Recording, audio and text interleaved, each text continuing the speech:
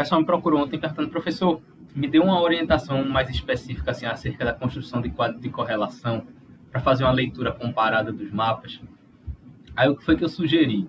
Né? Eu sugeri esse passo a passo, já está no slide que está no Classroom. Né? Eu vou mandar enviar por e-mail também. Mas funciona da seguinte forma, tá bom? Primeiro, identificar aqueles padrões, né, os padrões espaciais a partir dos contrastes fisionômicos.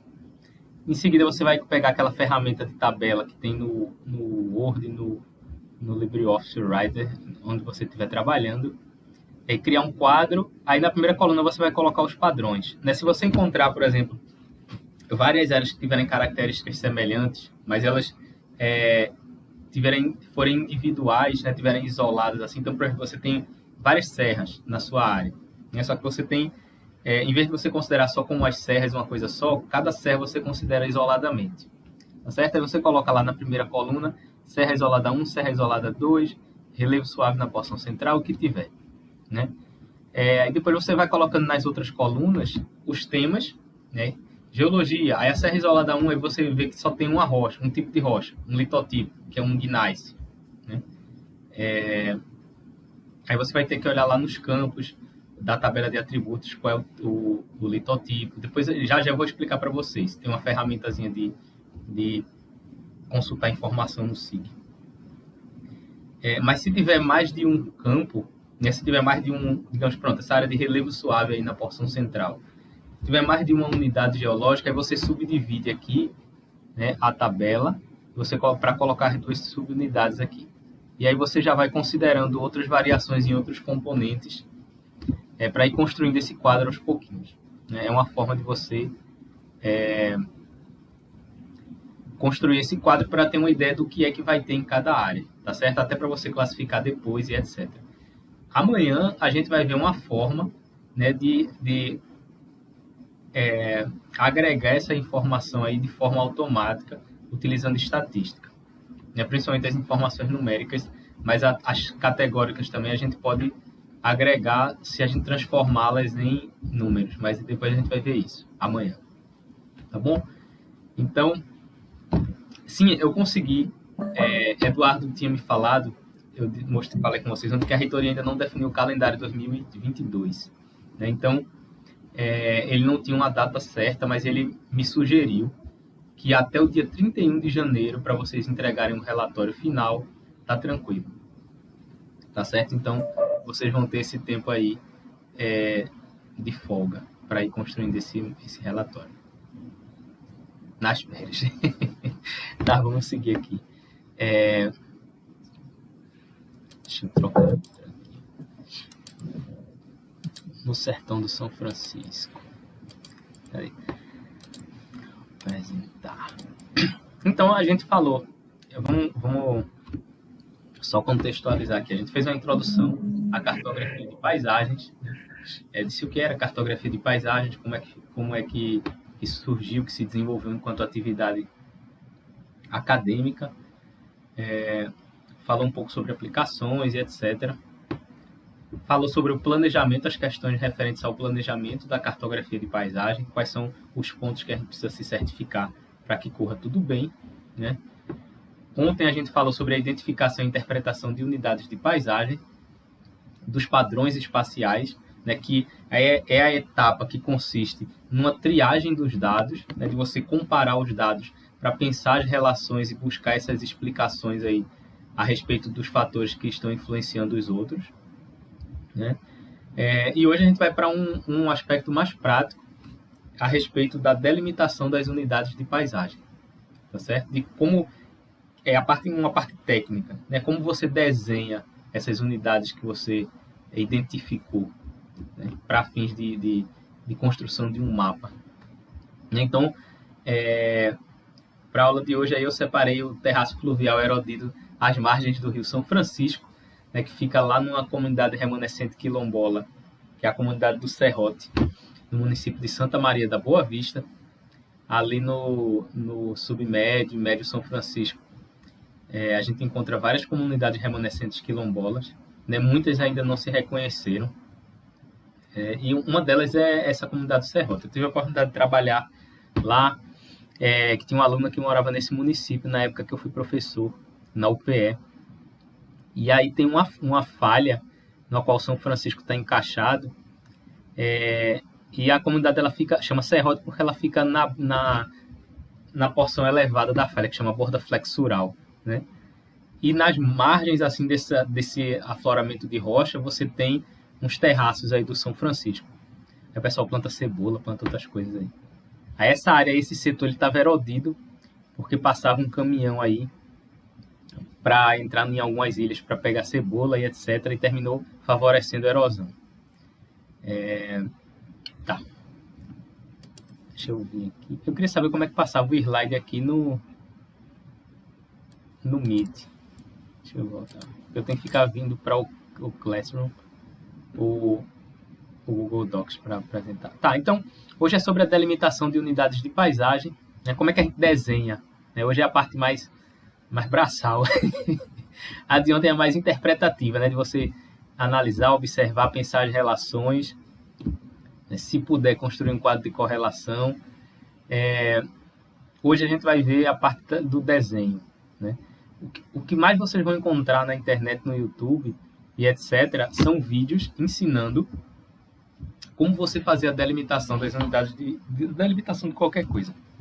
E as ferramentas básicas de SIG, de delimitação, etc. Então, só para vocês não esquecerem, o objetivo da disciplina é auxiliar vocês a fazer uma cartografia de paisagem. Sou eu, né, o professor. A cartografia de paisagem é um conjunto de atividades que é utilizado para construir uma representação cartográfica das paisagens. E o objetivo dessa aula de hoje é apresentar essas técnicas de delimitação, né? Tá aqui. Depois que a gente planejou, fez uma triagem dos dados, identificou, interpretou, agora a gente vai delimitar essas unidades. Como é que faz isso? Tem pelo menos 3 formas diferentes de fazer. Talvez existam outras, mas eu lembro exato. Na verdade, esses são 3 grandes grupos de técnicas, né? Que a gente vai ver que tem dentro dessas técnicas aí tem uma série de procedimentos diferentes, né? Quanto mais, o que é que eu digo por experiência própria, quanto mais você tem familiaridade com o SIG que você está trabalhando, melhor vai ser e mais rápido você vai conseguir fazer as coisas, né? Não é tão difícil. Algumas técnicas parecem demoradas e etc., mas também depende do tamanho da sua área.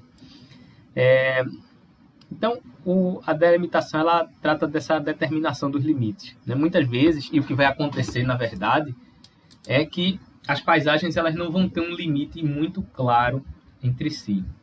Na natureza, é mais comum que exista uma gradação, né, de limites entre as unidades de paisagem. Então, essa transição aí entre uma unidade de paisagem e outra, na maioria das vezes, ela tem uma gradualidade, né? Tem uma gradação. Ela é gradual. Mas, obviamente, que para fins de cartografia, né, a gente tem que desenhar, né? Tem que colocar esses limites aí.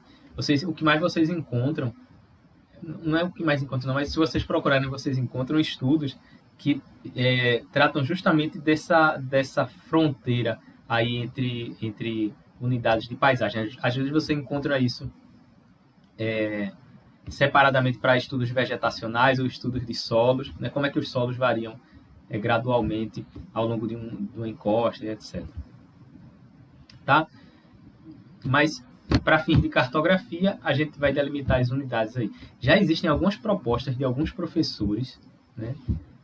De alguns pesquisadores aí, para você fazer mapas de paisagens com gradações, né? Tem uma professora lá da Universidade da Crimeia que ela trabalha criando, ela calcula valores de variação entre as unidades de paisagem, depois ela interpola, né, para criar como se fossem curvas, né, de isolinhas, como as curvas de nível, por exemplo, só que curvas de variação, para mostrar se a transição entre as unidades de paisagem é mais ou menos abrupta.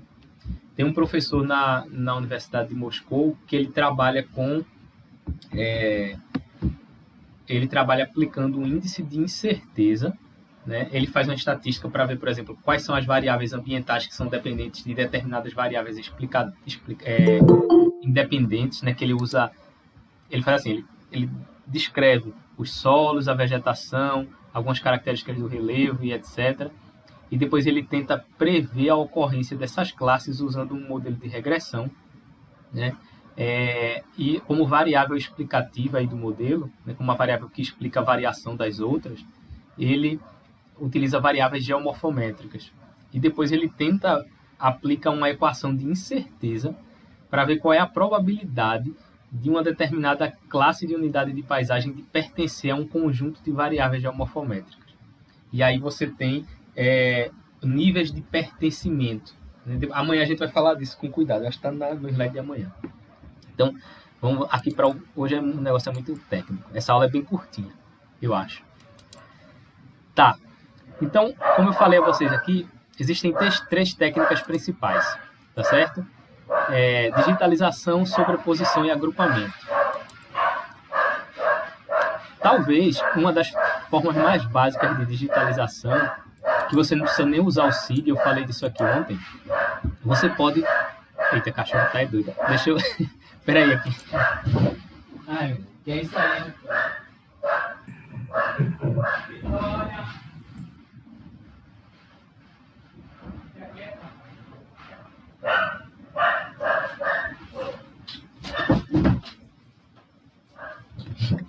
Estão fazendo um serviço aqui. A cachorro fica agitado quando vem gente estranha. Vamos lá. Então, de uma forma mais simples, eu acho que eu já falei isso aqui, você pode fazer um mapa de unidades de paisagem baseado num software de desenho, né? Se você importa suas imagens, salva elas como um formato de imagem qualquer, coloca lá no SIG, num software de desenho tipo Inkscape ou Corel, você pode desenhar os limites dessas unidades aí, tá certo? Sem prejuízo se você não precisar entregar uma base de dados para o planejamento e etc. E, obviamente, isso depende também da sua familiaridade com o software de desenho, né? Se você vai trabalhar no SIG, e aí termina que você... se você se familiariza com o software de geoprocessamento, não SIG, para fazer essa vetorização, essa digitalização, você tanto pode fazer só o desenho sem se preocupar com a base de dados, né? Mas se você quiser, você já tem a possibilidade de construir uma base de dados aí, tá? Então, o que é que eu separei para vocês hoje? A gente vai falar um pouco da digitalização, depois da técnica de sobreposição e do agrupamento estatístico. E aí a gente vai ver formas diferentes de aplicar essas técnicas. Eu programei para carregar agora às 10 horas, lá no Classroom, 2 vídeos, que eu vou botar o link aqui depois para vocês também, que foi um link que eu fiz para o pessoal da turma de Engenharia Cartográfica, que eu leciono uma disciplina lá que chama Geografia Física Aplicada. São dois vídeos, um sobre digitalização, como é que você digitaliza as unidades, né? E depois um sobre como você sobrepõe, né? Então tem as duas coisas, são 2 vídeos, tá certo? Vamos ver aqui. Vou jogar isso para lá, isso aqui para cá. Digitalização. Tudo bem. Então, a digitalização, eu chamo de digitalização porque tem gente que chama vetorização também. Embora o QGIS ele use o termo vetorização para o fato de você converter um arquivo de raster, do formato raster, para vetorial, né? Então, ele usa digitalização para essa etapa aí de você editar um arquivo vetorial, né? Então, consiste em você interpretar as unidades e depois você digitalizar cada uma, né? Isso aí foi um trabalho que a gente publicou no Simpósio Brasileiro de Geografia Física Aplicada. A gente tinha uma imagem de drone e tinha feito um trabalho de campo, né, com os alunos da graduação lá no Riacho da Melancia, em Curaçá, que é a área do Refúgio de Vida Silvestre da Ararinha Azul, é uma unidade de proteção integral. E aí a gente tinha esses dados de campo, né, tinha essa imagem, e aí a gente disse, vamos escrever um trabalho para mandar para o evento.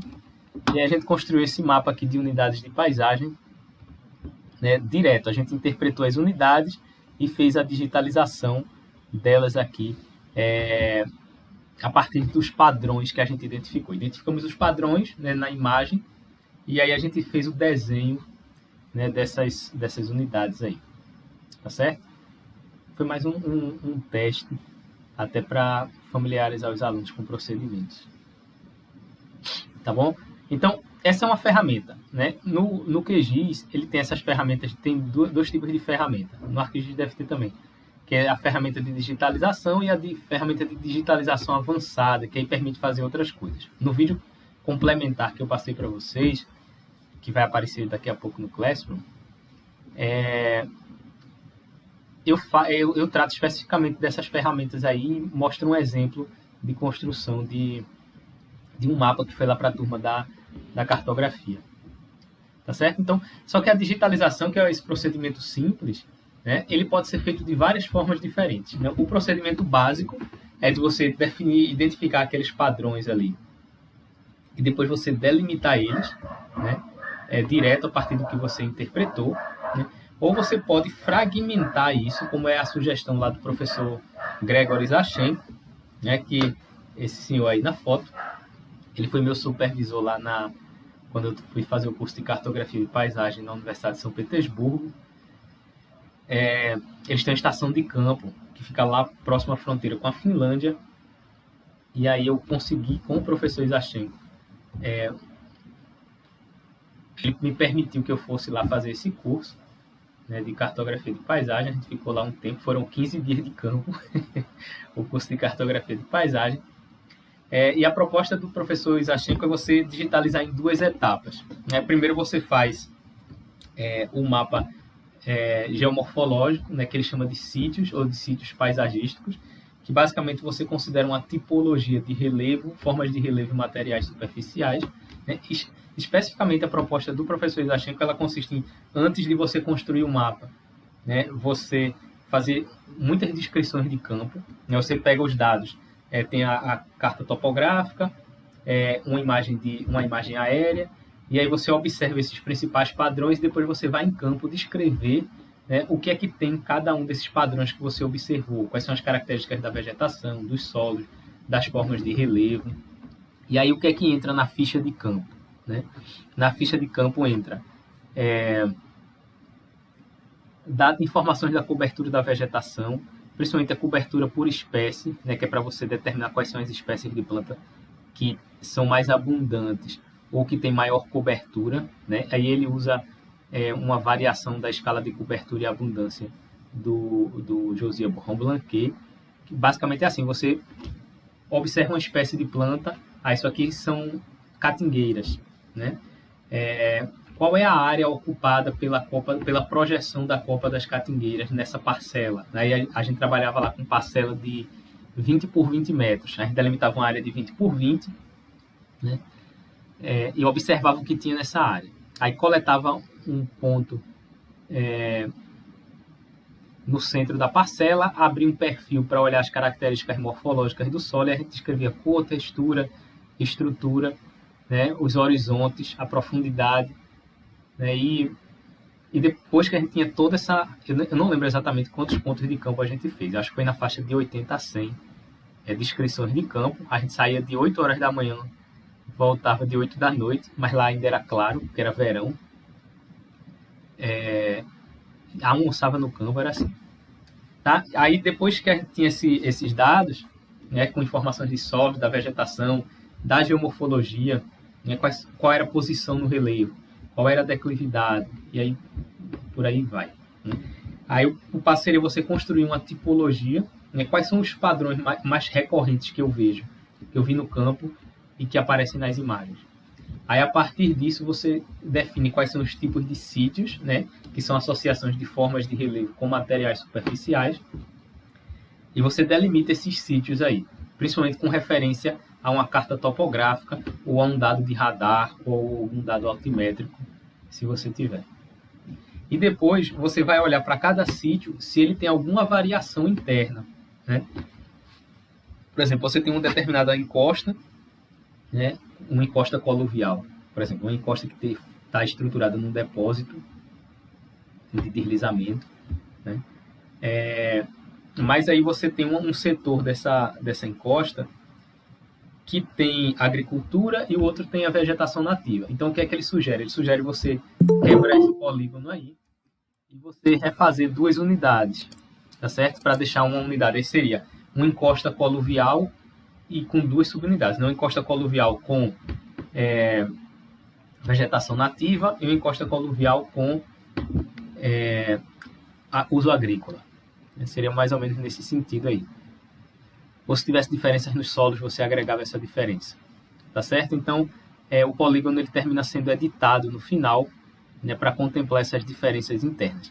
A gente fez um trabalho baseado nessa ideia, que para a Serra da Santa está publicado, eu não lembro exatamente aonde, mas fez parte de 2 trabalhos de PIBIC lá da UPE, quando na época que eu fui professor, a gente trabalhou nessa região aqui, a Serra da Santa.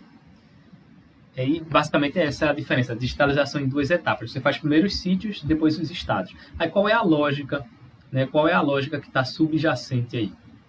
A lógica que está subjacente ao trabalho do professor Isachenko, que é uma lógica que vocês vão ver amanhã, que ela é comum na geografia física, né? Principalmente nessa parte integrada, é justamente de você entender que a morfodinâmica, né, os processos erosivos e deposicionais, eles são um fator limitante ao desenvolvimento dos solos e da vegetação. Então, se você está tendo erosão constante, você não tem tempo de ter os processos de pedogênese, de formação de solos, nem tem tempo, tem condições de desenvolvimento da vegetação. Se você pega, por exemplo, um ambiente de faixa de praia, né, o que é que tem? Você não encontra vegetação na praia, a não ser na faixa que a gente chama de pós-praia, que é onde você não tem aquela influência do vai e vem das ondas. Onde as ondas estão indo e vindo, né, colocando e retirando sedimento, né, você tem muita dificuldade de estruturação ali de processos pedogenéticos, de processos de desenvolvimento da vegetação. A vegetação vai se desenvolver onde você não tem essa influência, né? E aí é que o pessoal que trabalha com geomorfologia costeira diz que o ambiente costeiro ele é instável, né? O ambiente de praia ele é naturalmente instável, tá? Então, qual é a lógica aí? A lógica dele é, para você ter o desenvolvimento dos solos e da vegetação, que seriam os estados, né, os estados da paisagem, você teria que primeiro ter o estabelecimento de condições geomorfológicas, que são os sítios. Então, por exemplo, você teve um deslizamento na encosta, né? Depois que esse material repousou ali, aí é que você pode ter um desenvolvimento dos solos e da vegetação. Obviamente que esse desenvolvimento ele vai ser mais ou menos rápido, dependendo do intemperismo anterior, da formação de solos anterior que esse material teve antes de ser removido aí por um deslizamento, tá? Então a lógica é uma lógica de você pensar uma cartografia a partir da dinâmica da paisagem. A gente vai ver isso amanhã. Basicamente, a gente tem muitas tipologias de paisagem baseada nessa ideia dinâmica, né? Tem a de Bertrand, tem a ecodinâmica de Tricard, e a gente vai ver a proposta lá do Sochava também, tá certo? Então tem essa ideia de digitalização em 2 etapas, geomorfologia e depois os estados, né, vegetacionais, de uso e cobertura do solo. Tá? Então a gente falou de digitalização, a digitalização em 2 etapas. Aí está um exemplo lá do trabalho que a gente fez, a carta de paisagem que a gente fez lá na Universidade de São Petersburgo. O modelo dele é baseado nessa ideia, né, do landscape site. Aqui está o sítio, quais são os tipos onde você está no relevo, qual é a declividade, quais são as características, né? Aí ele usa aqui, ó, topo de selg com não sei o que, com pinheiro e bicho bétula, né? Aí o Sphagnum forest, Sphagnum é um tipo de musgo que tem lá, né? Sobre solos rochosos, né? Litosem, tipo terra pedregosa, formado em substrato eluvial. E aqui tem selg, é uma palavra finlandesa para afloramentos rochosos, tá certo? Tá. Aí depois você vê quais são as características dos estados, nem tá aqui, mas quais são as características dos estados que estão aqui por cima, tá? Aí os sítios juntos com os estados formam o que ele chama de geocomplexo, que é o que figura nessa carta aqui. Aqui está o nome dos estudantes, meu nome está aqui em russo, Cavalcante e Lucas, muito bonito, tá? Então tem essa digitalização em 2 etapas, é a proposta do professor Isachenko, tá?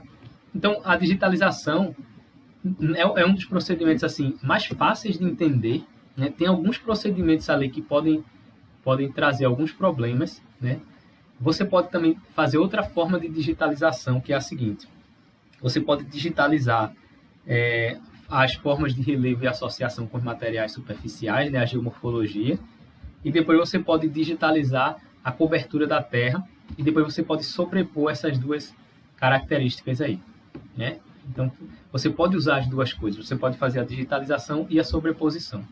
A sobreposição, diferente da digitalização, é quando você pega bases de dados que já existem, ou que você preparou de antemão, e aí você vai utilizar alguma ferramenta automática de geoprocessamento para sobrepor esses dados aí. Vamos ver aqui. Então, consiste em sobrepor diferentes dados temáticos. Qual é o princípio? O princípio é você procurar quais são os principais limites, né, os principais contrastes fisionômicos observados em diferentes temas. Então, por exemplo, você quer considerar o tema geologia, pega um mapa geológico e aí você vai ver. Ó, lá tem um gneiss, tem um orthogneiss, tem um orthogneiss granita do Hermicas, tem um hornblenda gneiss, mas é tudo gneiss, tá certo? Só que com características diferentes e são todas rochas cristalinas. Então, muito provavelmente você não vai ter uma resposta diferente dos solos ou da vegetação em função dessas características aí, tá?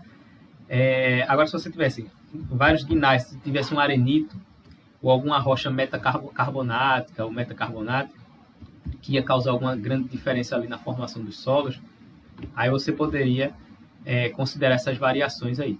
Então, aí faz parte daquele trabalho do planejamento que a gente falou, de preparação dos dados, de você pegar os dados temáticos, cada um, geologia, geomorfologia, solos, etc., e aí você simplificar cada tema desse, né, modificando ali a tabela de atributos e etc., para considerar as principais diferenças que vão ser relevantes para essa correlação, né?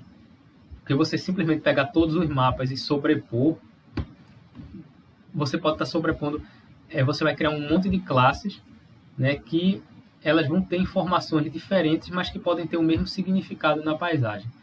Como é que a gente media isso de uma forma mais fácil, professor? Se você tiver um conhecimento de campo, né? Se você tiver um conhecimento de campo, fazer uma descrição breve aí de campo, né, para a sua área de estudo, fazer aquele reconhecimento de padrões, etc., depois ir para o campo para verificar qual é a natureza dessas diferenças, isso facilita na hora de você selecionar os dados para sobrepor.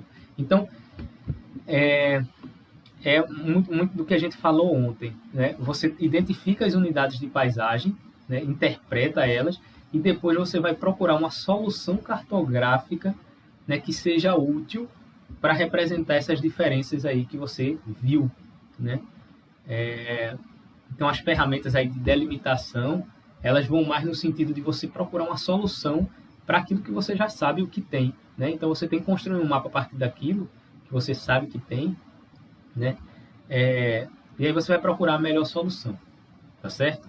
E talvez essa solução ela perpasse por você, por exemplo, pegar os dados de precipitação e você separar as áreas que têm precipitação acima de 800 milímetros, abaixo de 800 milímetros, que é o que, por exemplo, a Sudene diz que é um dos critérios para você delimitar áreas semiáridas, né? Ou você pode utilizar direto o índice de aridez, né, que é um índice que define aí áreas semiáridas, subúmidas, secas e úmidas, né? Enfim. Ou você pode antes cascavilhar na literatura para ver o que é que a literatura diz acerca de fatores que influenciam a variabilidade da vegetação e dos solos, por exemplo, na sua área, né? A vegetação e os solos eles vão ser sempre um produto, né, do que se desenvolve a partir de um estado de estabilidade da geomorfologia, né? Nessa ideia, ou quase sempre, né, na verdade. Tá? Então, é importante você pensar sobre isso. Quais são os dados que vão ser sobrepostos? Então, tem que ter muito cuidado com isso aí. Então, existem algumas formas de sobreposição, né? A primeira é a falsa sobreposição. Professor, eu estou sem tempo, né, de sobrepor, meus arquivos são muito pesados, eu mando fazer a união lá no SIG, e ele dá muito problema, os dados estão com erro de geometria, e quando eu mando sobrepor, ele não sobrepõe, diz que dá erro, e eu não sei exatamente como corrigir, e etc.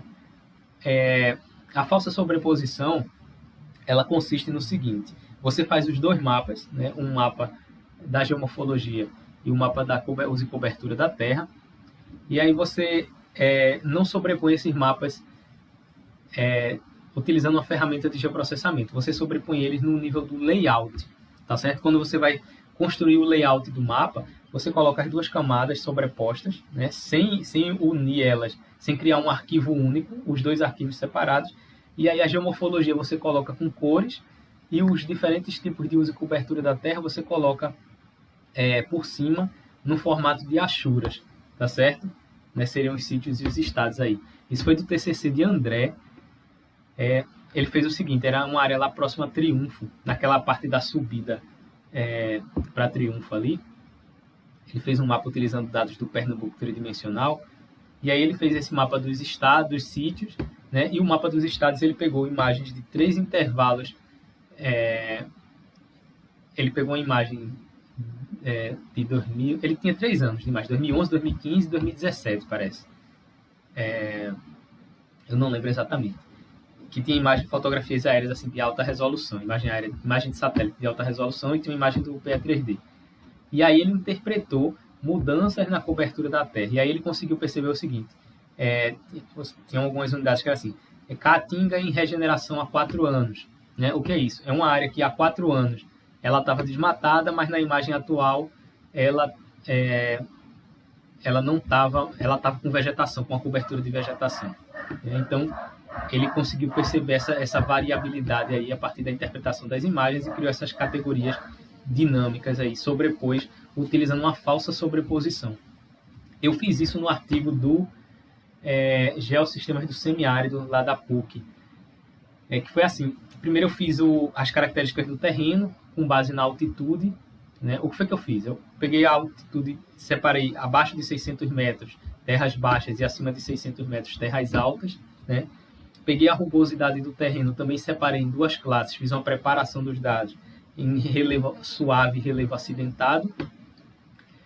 Agreguei a geologia, aí também que eu separei a geologia, acho que foram em 3 classes, se eu não me engano foram rochas carbonáticas, cristalinas e sedimentares, terrígenas, né, que é o que não é carbonático.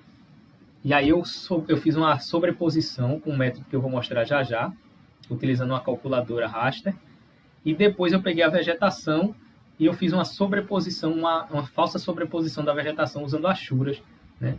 Eu usei um mapa de vegetação do IBGE, eu só fiz reinterpretar o mapa para dizer que o IBGE chama a Caatinga de savana estépica ou savana seca. Né? Eu coloquei Caatinga. E o que não era Caatinga era ecótono. Era ecótono o quê? Transição, era uma transição Caatinga-Cerrado, era um ecótono Caatinga-Cerrado, que tinha lá no IBGE. Eu só fui mudando um pouco a tabela de atributos, fiz as achuras e coloquei por cima. Então, chama falsa sobreposição porque você não sobrepõe fisicamente, não, você não cria um arquivo único. Né? São 2 arquivos aí que você está sobrepondo lá no momento do layout, quando você vai fazer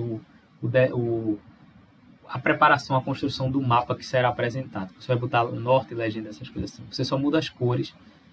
Né? Sobreposição por união de vetores. Então, o vídeo que eu passei para vocês, que vai aparecer daqui a pouco no Classroom, ele trabalha com essa sobreposição aqui. Deixa eu ver até se alguém está falando alguma coisa. Fica essas linhas fantasmas, kkk.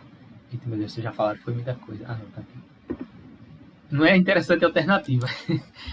É aquela questão, você tem que ver também o que você tem de tempo disponível, o seu conhecimento técnico aí do SIG, né, também influencia muito. Às vezes a gente não tem tempo suficiente porque a gente tem prazo e etc., para ficar estudando detalhadamente as ferramentas. E aí a gente procura o que for mais fácil. Né?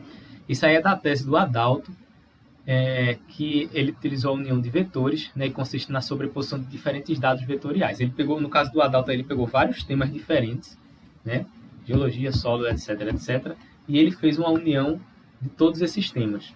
Né? Como ele não fez uma preparação das classes antes, terminou que ele gerou 272 unidades de paisagens aí, quando ele fez a sobreposição. E no vídeo, que eu vou passar para vocês, ele ensina como é esse procedimento no QGIS. É bem simples. Tem uma ferramenta lá de geoprocessamento que chama União. Aí você escolhe quais são as camadas e você sobrepõe, tá certo?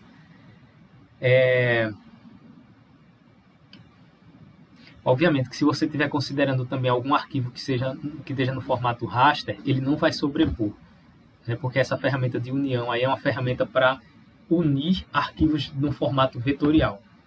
Então, o que tiver de arquivo raster, se você tiver, por exemplo, quiser usar um índice de vegetação e etc., ou se tiver feito uma classificação de cobertura da terra, né, que tiver no formato raster, você converte ele para vetor, né? Aí o QGIS chama essa conversão de vetorização, né?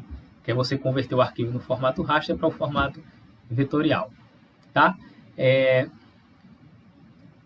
Nesse caso aí, o Adalto, ele terminou tendo que depois agrupar essas unidades, né? Porque até você manejar 272 unidades, né, termina sendo dificultoso para você pensar uma avaliação. No caso dele, ele estava pensando uma avaliação para finalidade turística. Então, ele teve que usar um método de agrupamento aí para diminuir o número de unidades de paisagem ali, classificar em tipos de unidades de paisagem, tá? A sobreposição por união de vetores é outra forma. Opa, perguntas. Merge no ArcGIS, pronto. Alan, diga lá, rapaz. Ele faz esse agrupamento, então, por similaridades, né? Para agrupar. Exato. A gente vai falar já desse agrupamento, tá certo?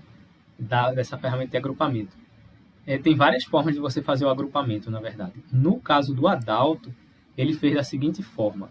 Ele criou uma matriz binária de dados, e aí ele foi vendo por unidade de paisagem quais eram as características que estavam de geologia, solo, vegetação, etc., que estavam presentes ou ausentes. Ele foi colocando isso num SIG, numa planilha de Excel.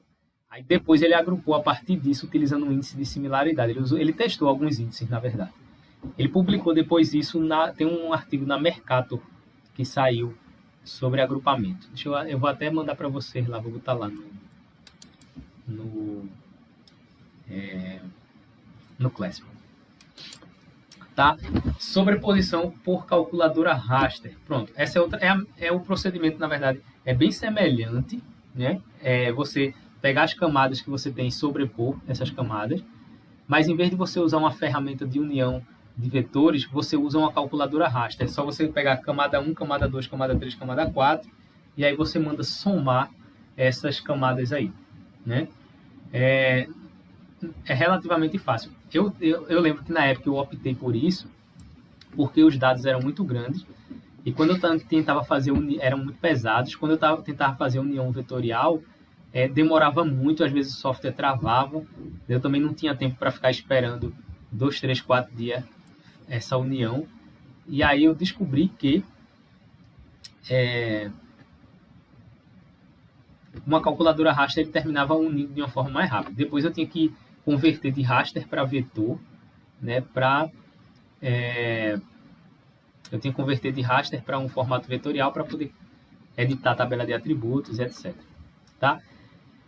O que é que tem que se certificar antes de você fazer esse tipo de sobreposição por calculadora raster? Você tem que se certificar o seguinte: você não pode colocar um valor na mesma escala para todas as variáveis. Por exemplo, você não pode. Aí tem as classes de geologia. Você converte de vetor para raster, você bota o que é cristalino vai ser valor 1, o que é sedimentar vai ser valor 2, o que é sedimentar carbonático vai ser valor 3.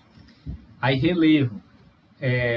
O que é terras altas vai ser 1, o que é terras baixas vai ser 2. Você não pode colocar esse mesmo valor. Por quê? Porque senão pode haver uma confusão ali na hora de classificar as classes. Porque, por exemplo, se você tem uma classe de geologia com valor 1 e uma classe de geomorfologia com valor 2, quando você somar vai dar um 3. Mas se você tiver uma classe de geologia com valor 2 e uma classe de geomorfologia com valor 1, né, e somar vai dar 3 do mesmo jeito. Então você vai estar classificando duas coisas diferentes como se fossem a mesma coisa. E aí qual foi a solução que eu encontrei? Colocar cada um numa escala diferente. uma escala, para geologia vai ficar 1, 2, 3, geomorfologia vai ficar 10, 20, 30, que aí quando somar vai ficar 13, a outra vai ficar 12, etc. Tem um aluno de Fabrício que ele usou uma ferramenta, ele usou um dispositivo, ele usou, meu Deus, números primos, né? Em vez de uma escala, ele utilizou números primos para fazer essa sobreposição. Ele ganhou até um prêmio agora da dissertação dele. Ele utilizou a unidade de paisagem para vulnerabilidade. Parece que ele ganhou o prêmio de melhor dissertação, alguma coisa assim. Ou foi uma menção honrosa, não sei. No Sinagel que teve agora. Simpósio Nacional de Geomorfologia. É muito bom o trabalho dele, Joaquim. Tá certo? Então, é outra ferramenta, outra forma aí de sobrepor, né, utilizando uma calculadora raster. O que é uma calculadora raster, professor? Eu nunca ouvi falar nisso. Num SIG, ele tem uma calculadora que você pega as camadas e aí você faz operações matemáticas, né, com essas camadas aí. Você pode somar, dividir, subtrair e fazer outras coisas aí. Utilizando essas imagens, por exemplo, dados de precipitação, de temperatura, índice de vegetação. Se você converter os arquivos vetoriais como geologia, geomorfologia, você pode utilizar eles como referência também para fazer esse tipo de sobreposição. Eu já passei esse artigo para vocês, eu acho. E aí, quem quiser mais detalhes, dê uma olhada lá. Tá. O que é que pode surgir de problema na hora de você fazer sobreposição? Né? Tem alguns problemas. Um dos primeiros problemas, que é aquele que você pode ter evitado no momento de planejamento, que é justamente você ter diferenças no sistema de referência de coordenada. Então, digamos que algum arquivo que você queira sobrepor, ele esteja no sistema de coordenada UTM, por exemplo, né? E o outro esteja no sistema de coordenada geográfica. E aí, quando você vai sobrepor, o programa vai dizer, olha, eles não se sobrepõem porque estão em sistemas diferentes. E ele vai dizer para você, faça uma reprojeção. Aí, aquela reprojeção que você deveria ter feito na fase de planejamento, se você não fez, né, você vai ter que fazer agora antes de fazer a sobreposição. Tá certo? Então, esse é um problema que pode surgir no momento da sobreposição. É de você fazer aí de ter essa diferença no sistema de referência de coordenadas. Outro problema que pode surgir é se alguma das camadas que serão sobrepostas, isso é no caso do vetor, tá certo? Se elas tiverem erro de geometria. O que é erro de geometria? É algum erro que surge na época que o pessoal está fazendo a digitalização. Então, se você tenta, por exemplo, vocês podem tentar isso no QGIS. Baixa uma camada aí do IBGE de solos, etc. E tente recortar essa camada, fazer alguma operação de geoprocessamento. Né? Se for a camada do Brasil toda, eu já vi isso. Né? Ele diz que dá erro porque ele não faz esse processo porque tem erro de geometria. Aí você vai ter que usar uma ferramenta do QGIS que chama corrigir erros de geometria para corrigir esses erros antes de você fazer a sobreposição. Então, é uma coisa que tem que entrar para a etapa de planejamento, de preparação dos dados, é você verificar se tem erro de geometria. Tá certo? Aí, se tiver erro de geometria, você vai ter que corrigir esses erros, né? Para poder fazer a sobreposição.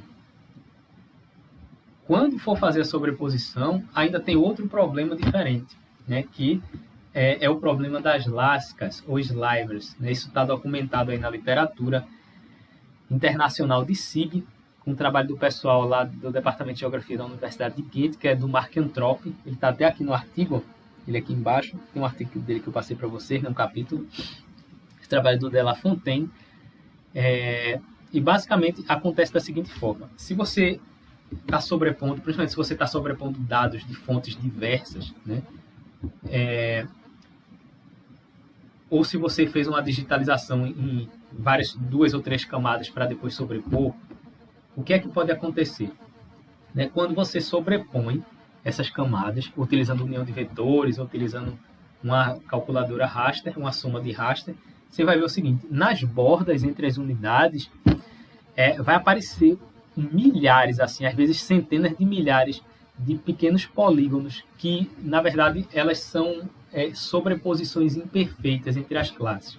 Então, imagine, por exemplo, a equipe lá do IBGE está fazendo um mapa geomorfológico. E aí eles conseguem interpretar um Inselberg, né, uma serra isolada. E aí eles vão delimitar essa serra. Só que essa serra, ela está correlacionada a um granito. E aí o pessoal que fez o mapa geológico, a equipe lá do Serviço Geológico do Brasil, eles vão delimitar esse granito aí, né? Então são 2 mapas diferentes, construídos por equipes diferentes. E aí quando você vai sobrepor isso, obviamente seria muito difícil que os 2 limites fossem encaixar perfeitamente, né? E onde eles não encaixam perfeitamente, aí vai aparecer essas lascas aí, esses slivers, né? E o que é que você vai ter que fazer? Você vai ter que remover isso aí, porque seu arquivo vai ficar extremamente pesado, tá certo? Por causa de centenas de milhares aí de polígonos que não servem para nada, tá bom? Que são os slivers. Então, como é que você resolve isso? Você resolve isso da seguinte forma. A primeira coisa é você abrir a tabela de atributos, né, da sua camada que você está editando. E aí você vai ver, você vai mandar calcular a área dos polígonos. E aí o que é que você vai fazer? Você seleciona todos os polígonos que tem uma área que não vai aparecer no seu mapa, né? Porque depende da escala da área que você está trabalhando, da escala do mapa que vai ser publicado. Tem aquela questão do erro mínimo, né? Que dependendo da escala que você está trabalhando, feições menores que tal área, elas não vão aparecer no mapa. Elas não vão conseguir ser representadas plenamente. Então, você pode eliminar isso aí, né?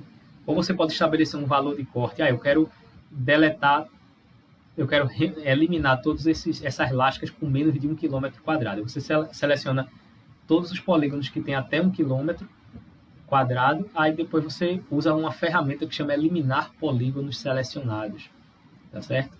Já tem essa ferramenta no QGIS, tem no ArcGIS também. E aí, o que é que essa ferramenta faz? Ela deleta eles não, né? Porque se deletar vai ficar um buraco lá no mapa, né? Ela vai pegar essas lascas e vai agregar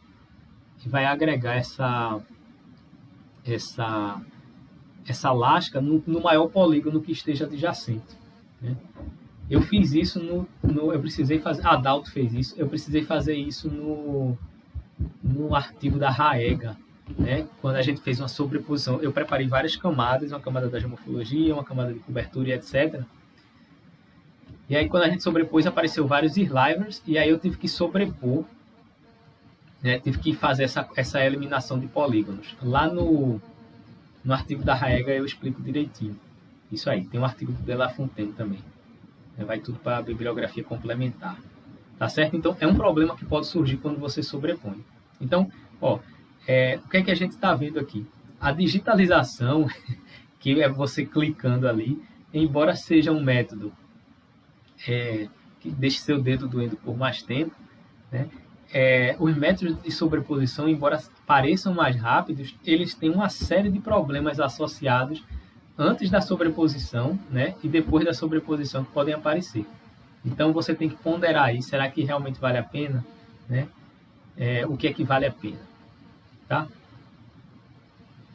Outro problema que pode acontecer na sobreposição, principalmente se você converter um dado raster, por exemplo, você fez uma classificação de imagem de satélite e aí você converteu essa classificação para um formato vetorial, né?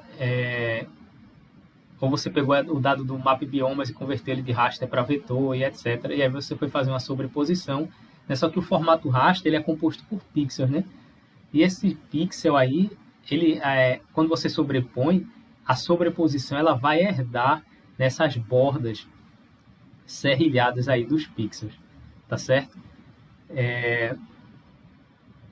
E aí como é que você resolve isso? Aí você vai usar ferramentas de suavização. Eu acho que no ArcGIS chama suavizar polígono, o nome da ferramenta, Smooth Polygon, alguma coisa assim. Já no QGIS é uma ferramenta de generalização do GRAS que ele usa, né? Obviamente, isso é mais uma questão de qualidade cartográfica, né? De qualidade do seu mapa ficar mais bonitinho. Se você estiver preocupado com isso, né? Ou se a pessoa para quem você vai apresentar esse mapa estiver preocupada com isso, né? Aí você vai ter que aplicar essa ferramenta de generalização também para resolver esse problema aí das bordas serrilhadas, tá certo? Então, é outro problema que está associado, outro problema possível que está associado à sobreposição.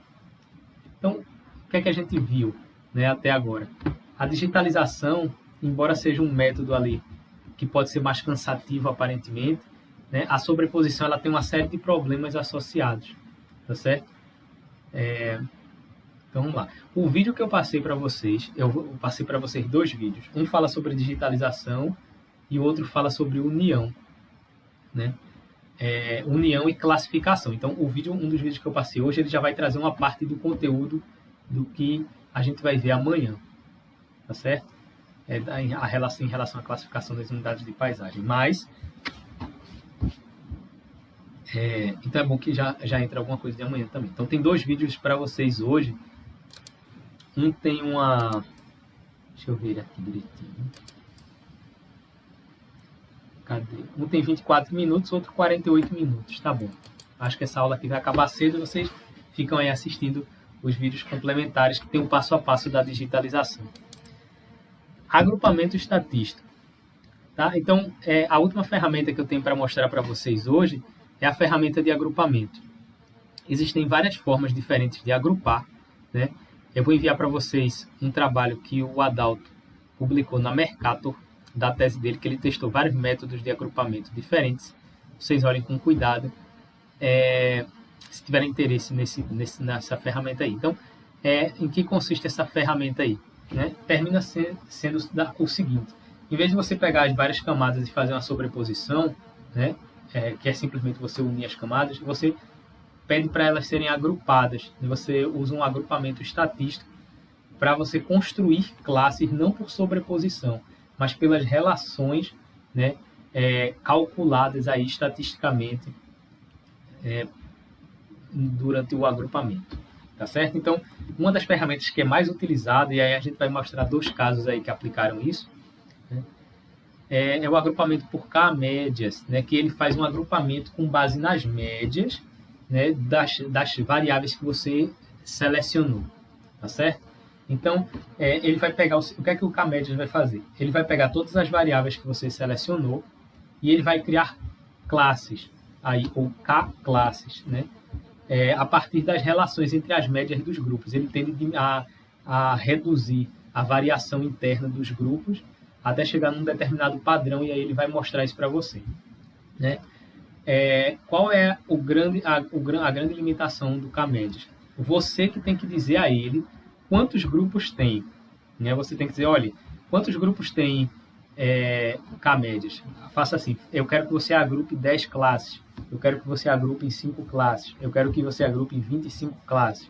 Você que vai dizer para ele, né? E aí entra uma questão de subjetividade, porque como você sabe exatamente quantos grupos vão se formar ali a partir das relações entre as médias, né, das variáveis? Então, ele vai trabalhar nesse sentido aí de reduzir a distância euclidiana, né, entre os grupos observados, mas é você que predefine essa quantidade de grupos. Então, quais são as principais características aí? Tem um link aqui falando sobre as premissas do K-médias, né? Ele vai dizer o seguinte, o pessoal vai dizer o seguinte, que como ele trabalha com distância euclidiana, né, o ideal é que sejam dados contínuos, né, naquela escala que a gente falou ontem. São dados que estão em casas decimais, né, que permitem isso. Então, dados percentuais, dados de precipitação, temperatura, variáveis geomorfométricas como altitude, declividade, etc., né, são os mais adequados. Então, existe uma limitação aí para você agrupar por K-médias utilizando variáveis assim, discretas, né, ou uma variável categórica que foi convertida para número. Então, por exemplo, se você pegar a geologia e você chamar cristalino de 1, sedimentar de 2, carbonático de 3, né, e você mandar fazer um agrupamento por K-médias a partir disso, você está violando a premissa da ferramenta, né, e pode gerar um agrupamento ali que não tem nada a ver com a realidade, tá certo? Então, a premissa é que os dados sejam contínuos e que você saiba qual é o valor certo, né, para agrupar com precisão. Professor, como é que eu vou fazer para saber qual é o valor certo? Então, essa é uma preocupação de muita gente. Tem algumas formas de fazer isso. Nos artigos que eu passei já para vocês, o pessoal utiliza geralmente uma forma que se tem feito isso. Tem uma técnica que chama análise discriminante, que ela é como se fosse o contrário do agrupamento. Ela vai de certa forma, ela é sempre usada, pelo menos nos trabalhos que eu vi de geografia, para testar se esses agrupamentos foram bons, né? Então, a análise discriminante ela vai nesse sentido aí. Ela vai ser usada nesse sentido. Quando vocês lerem o arquivo, o texto lá da Sandra Souto e do Castilho Rodrigues, vocês vão ver. Tá, mas e se eu não quiser utilizar análise discriminante, professor? O que é que eu posso fazer? Você pode usar uma técnica para estimar o número ótimo de classes, né? E como é que a gente faz isso? Existem 3 ferramentas diferentes, né, que são os 3 métodos mais comuns, e aí eu estou deixando esse link aqui, eu vou mostrar para vocês já. O que é que esses dados fazem? Eles vão estimar qual é o número ótimo de clusters, né, a partir é como se eles processassem o K-médio, né, e aí eles vão processar várias vezes até chegar num número que tem um número que melhor explica, que vai ter a menor distância entre as classes, né? Então, tem esses 3 métodos diferentes, eles trabalham de forma ligeiramente diferente, né, que é o método Silhouette, o Elbow e o Gap Statistic. O pessoal sugere que esse Gap Statistic ele seja mais útil para fins de agrupamento hierárquico, mas isso é outro detalhe lá, tá certo? Então, existe essa ferramenta aí. Professor, como é que eu faço isso, né? Tem mais ou menos 2 formas de fazer. Eu ainda não concluí um vídeo que mostra o passo a passo de como faz. Mas se vocês entrarem por esse link aqui, vocês vão chegar nesse site. Aí deixa eu compartilhar essa guia aqui, que é um site bem legal, chama Datanovia, né? Que é desse rapaz aqui, ó, Abukadel Kassambara. Tudo bem. Fundamentos de validação de cluster. Ele está em inglês, tá certo? Mas eu traduzi aqui. Então, determinando o número ideal de cluster. Ele vai explicar exatamente como é que esses métodos funcionam, né, e como é que você faz isso utilizando o R. Eu vou mandar mais tarde um vídeo para vocês, porque ainda não terminei, de montar ele, não. Como é que vocês fazem isso num software que chama R, que é um software estatístico. Tá certo? Ele diz aqui quais são as bibliotecas que vocês vão utilizar, padronização dos dados, aí ele vai aplicar os métodos aqui, ó. Eu peguei as figuras da aula do trabalho dele. E depois ele vai descobrir qual é o número ótimo de cluster. Ele faz uma análise aí para chegar a um número ótimo. E aí, depois que você tem esse número ótimo, é que você pode mandar agrupar, né, para não gerar um agrupamento que seja arbitrário, né? Porque ele pode terminar pegando coisas assim classes que não tem nada a ver e gerar um agrupamento evidenciando relações que não são reais, né? E você vai apresentar um modelo completamente feioso lá. Obviamente que se a pessoa que vai ler seu trabalho não tiver um conhecimento, pode até achar bonito. Tá? Então, 2 formas de fazer. Tá? Então, como é que você pode fazer essa determinação do número ótimo de clusters, aí, esse agrupamento? Eu pensei em 2 formas, né? A amostragem aleatória, que é o que está no vídeo que eu vou passar para vocês. A amostragem aleatória. Primeiro, o que é que você faz? Você gera uma camada de pontos aleatórios dentro da extensão da sua área de estudo, e depois você extrai o valor dos rasters que você vai utilizar para a tabela de atributos dessa camada de pontos aleatórios, dessa camada aleatória de pontos aleatórios aí. Depois você salva isso no formato separado por vírgula, né, o CSV, e aí você joga no R, e aí vai estimar o número ótimo de clusters. Depois que você tiver o número ótimo de clusters, você pega os seus rasters lá no SIG e manda agrupar. No vídeo vai estar tudo direitinho, mostrando para vocês como é. Tá? Essa é uma forma de fazer. Outra forma de fazer é você fazer uma amostragem por padrão de paisagem. Então, você delimitou as unidades de paisagem, né? E aí o que é que você faz? Você pode extrair a média, por exemplo, de cada variável ambiental. Para aquela unidade de paisagem, você pode extrair a média da precipitação, a média da temperatura, você pode extrair a média do índice de vegetação, a média de altitude, a média de declividade. Se você quiser não trabalhar só com a média, você pode extrair a mediana, máximo, mínimo, etc. A gente vai aprender a fazer isso amanhã, que é a ferramenta de estatística zonal. Tá certo? E depois que você faz isso, você salva como um formato CSV, joga lá no R, usa os scripts lá do R para fazer a determinação do número ótimo de cluster, e a partir daí você agrupa para fazer com que suas variáveis ambientais ali, suas variáveis geomorfológicas, suas unidades de paisagem, elas possam ser classificadas conforme similaridades, né? Então, essa é uma forma de fazer, tá certo? Ela é uma forma boa porque, de certa forma, ela já garante para você uma tipologia de unidades ali relacionadas. Obviamente que, depois que esse agrupamento estiver pronto, você vai ter que converter ele do formato raster para o formato vetorial e vai ter que editar a tabela de atributos para ir descrevendo o que é cada classe ali. Tá certo? Qual é a minha opinião pessoal a respeito disso? Digo já já. Antes, deixa eu só lembrar para vocês aqui, foi o pessoal que usou Camédias, os 2 artigos que a gente já viu, acho que foi ontem, né? Acho que foi ontem. Que eles utilizaram Camédias a partir de técnicas de ordenação, né? Eles agruparam as variáveis aí, né, relevantes. Na verdade, se eu não me engano, no trabalho da Sandra Souto, ela agrupou os scores da PCA, né, que é o que o pessoal na Rússia faz também, o Alexander Khorochev. Ele faz o seguinte, ele faz uma descrição de campo, bem extensa, assim, 150, 170 descrições de campo. E aí ele aplica uma técnica de ordenação. No caso dele, ele sugere não usar uma PCA, que a PCA pressupõe relações lineares entre as variáveis. O que é que ele faz? Ele usa outra técnica que chama escalonamento multidimensional. E depois ele pega os scores do escalonamento multidimensional, que é tipo assim, quando uma variável ela é ordenada, ela projeta os pontos, né? O algoritmo projeta os pontos num espaço. E aí a coordenada desses pontos é chamada de score.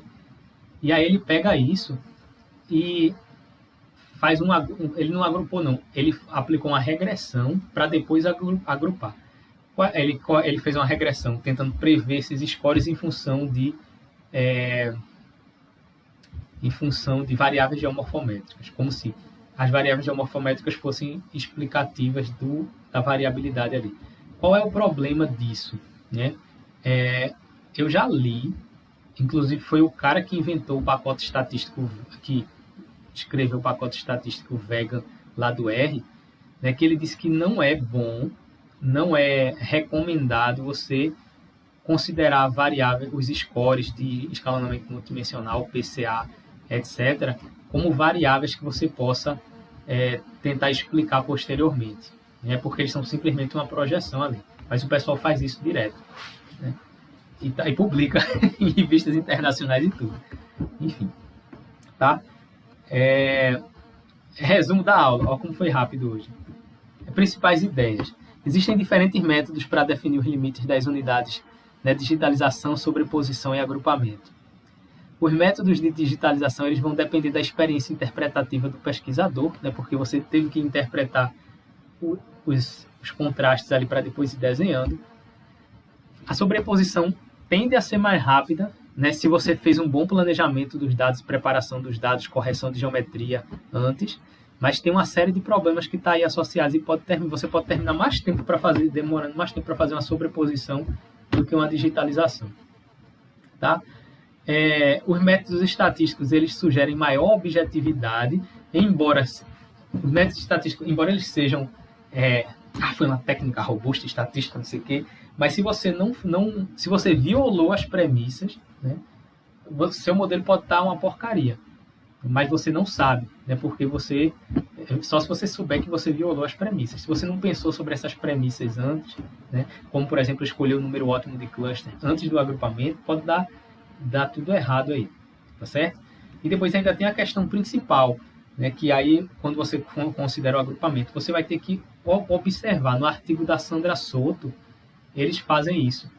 Depois que ela agrupa, aí ela vai observar com cuidado para ver se o resultado do agrupamento prestou.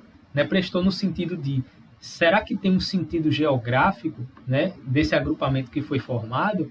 Será que as relações que o agrupamento pressupôs ali, será que elas têm sentido? né? Se você fizer um agrupamento e você não considerar isso, não está bom, né? O agrupamento não está bom. Então, é aquela coisa, estatística. O problema da estatística é que, além de ser mais complicada de entender, né, por causa de todas as equações que estão envolvidas, se você parar para entender isso, você pode perder um tempo que você não tem, né? Ou você pode confiar no software, nas equações e etc. Né? Mas você tem que saber avaliar se o produto ficou bom, tem que saber que você não está violando as premissas, então você tem que conhecer quais são as premissas do teste que você vai utilizar, do método que você vai utilizar, tá certo? Então, a estatística ela termina sendo muito melindrosa, né, nesse sentido, de você ter todo cuidado ali, porque você pode apertar um botão e gerar um modelo, e aí ficou massa, ficou bonito, está colorido, você fez um mapa. Mas será que isso tem algum sentido? Né? Se você não avaliou isso, você só apertou um botão. Né? Então tem que ter cuidado. E você pode até conseguir publicar, mas qual é o sentido de você publicar um trabalho inconclusivo ou que você não tem, né? Enfim. Combinações são possíveis. Tá, o que são combinações? Combinações você pode, nada impede que você utilize digitalização, sobreposição e agrupamento, né, dependendo das suas necessidades aí. Como eu mostrei no exemplo lá, eu fiz uma parte de digitalização, uma parte de sobreposição. Né? Professor, qual é o melhor método? Não tem melhor, né? Mas assim, o que é que eu considero que seja o mais legal, né? Eu prefiro o método de digitalização, embora seja o mais braçal, né? O método de digitalização ele tende a ter um contorno, você gerar um contorno das unidades, ter uma qualidade cartográfica maior, porque você está ali mais próximo dos dados, é você que está olhando e dizendo, isso aqui é um padrão que eu identifiquei e eu vi que a relação é essa, essa e essa. Né? Então, aí, eu gosto da digitalização, né? Embora nem sempre eu use digitalização. Às vezes, dependendo do tempo, eu vou fazer uma sobreposição e depois eu corrijo lá no SIG, né? Ou qualquer problema que venha a aparecer. Tá? Então, tem várias ferramentas aí que vocês podem utilizar para delimitar as unidades, tá certo? Então, se vocês já chegaram à etapa de identificar os padrões e pensar as relações, aí vem a parte de delimitar, que é a atividade de hoje. Né? Você vai escolher um método e delimitar as unidades de paisagem da sua área. Corrigir os problemas que vierem a aparecer, se tiver algum problema, tiver erro de geometria, você for sobrepor, etc. Você pode utilizar até uma falsa sobreposição, se você quiser.